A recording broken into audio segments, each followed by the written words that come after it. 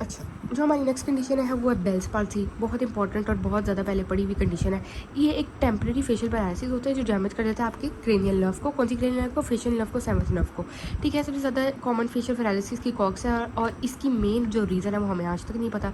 ठीक है, कोई ना कोई वायरल इन्फेक्शन होती है जो आपकी फेशियल नर्व को स्वेल बना देती है, इफेक्ट कर देती है, उसकी वजह से वो स्वेल और इन्फ्लेम हो जाती है।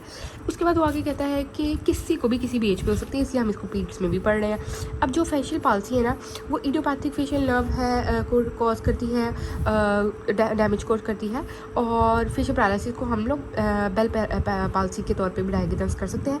इस कंडीशन में भला क्या क्या होता है हमारे? सबसे पहले या तो कोई ट्रॉमा हुआ है, बैंग ऑफ हेड, किसी का सर जाके लगा कि ईयर की कोई इन्फेक्शन हुई है, या मेस्टॉइड प्रोसेस के ऊपर जो स्कैल्प के सबसे करीब तरीन बोन है, और यहाँ से आपको पता है फेशियल नर्व का कोर्स भी होता है, तो ये वहाँ पे इन्फेक्शन हो जाती है। पैरोटाइटिस होता है, पेरोटिड ग्लैंड के अंदर कोई इन्फेक्शन हुई है जिसको पीस करके फेशियल नर्व जा रही होती है, उसमें अगर कोई इन्फ्लेमेशन हो गया है तो बेल पाल्सी हो सकती है। उसके बाद हर्पीस वायरस है जो कि बच्चों में बहुत ज़्यादा होता है, और अगर उसमें फेशियल पाल्सी हो जाए तो उसे हम रैम्से हंट सिंड्रोम कहते हैं।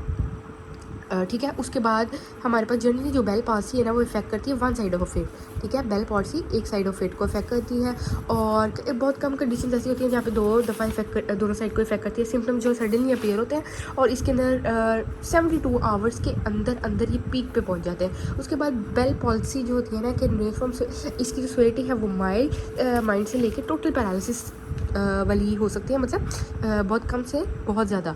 और इसके अंदर फेशियल डिटोरिएशन, मुंह टेढ़ा हो जाता है, और आपके पास जो बच्चा आएगा ना, वो आएगा और वो कहेगा कि मेरे ना सडन एक साइड की वीकनेस आ गई है, उसकी आँख जो है और माउथ का जो कोना है वो ड्रूप करने लग जाएगा, आँख और माउथ का कोना ड्रूप करने लग जाएगा, ड्रूलिंग होने लग जाएगी, ना उससे मुँह बंद होगा और ना ही उससे आँखें बंद होंगी, उसका टेस्ट भी चेंज हो जाएगा, बहुत ज़्यादा एक्सेसिव ट्रेनिंग आएगी, मुँह से भी ड्रूलिंग है, आई से टेनिंग है, और उसकी जो टेस्ट है वो भी चेंज हो जाएगा।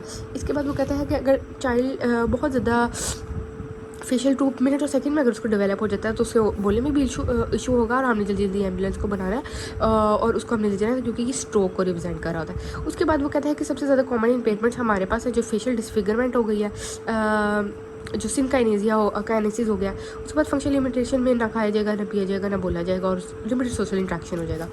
इसके बाद इसकी जो मैनेजमेंट है वो बहुत इजी मैनेजमेंट है। वो कहते हैं कि जो 95% लोग होते हैं ना, वो किसी भी ट्रीटमेंट के बगैर रिकवर कर जाते हैं। कुछ मेडिकेशंस में हम एनाल्जेसिक पेन किलर्स दे सकते हैं क्योंकि बहुत पेनफुल होता है, हम इसमें एस्प्रिन, आइबुप्रोफेन, फिर एसिटामिनोफेन दे सकते हैं, आई ड्रॉप से दे सकते हैं क्योंकि उसको आइस को हम डाइल्यूट करने के लिए दे सकते हैं। ठीक है, अगर कुछ स्टेरॉइड्स दे सकते हैं, प्रीडेनिसोलोन वगैरह। फिर जो कोई भी वायरल अगर कॉज की वजह से हुआ तो हम कोई एंटीवायरस दे सकते हैं, एसाइक्लोविर दे सकते हैं। फिर एंटीबायोटिकल दे सकते हैं, किसी बैक्टीरियल इन्फेक्शन की वजह से हुआ, मतलब ईयर में इन्फेक्शन था या फिर मेस्टॉइड प्रोसेस पे कोई इन्फेक्शन था।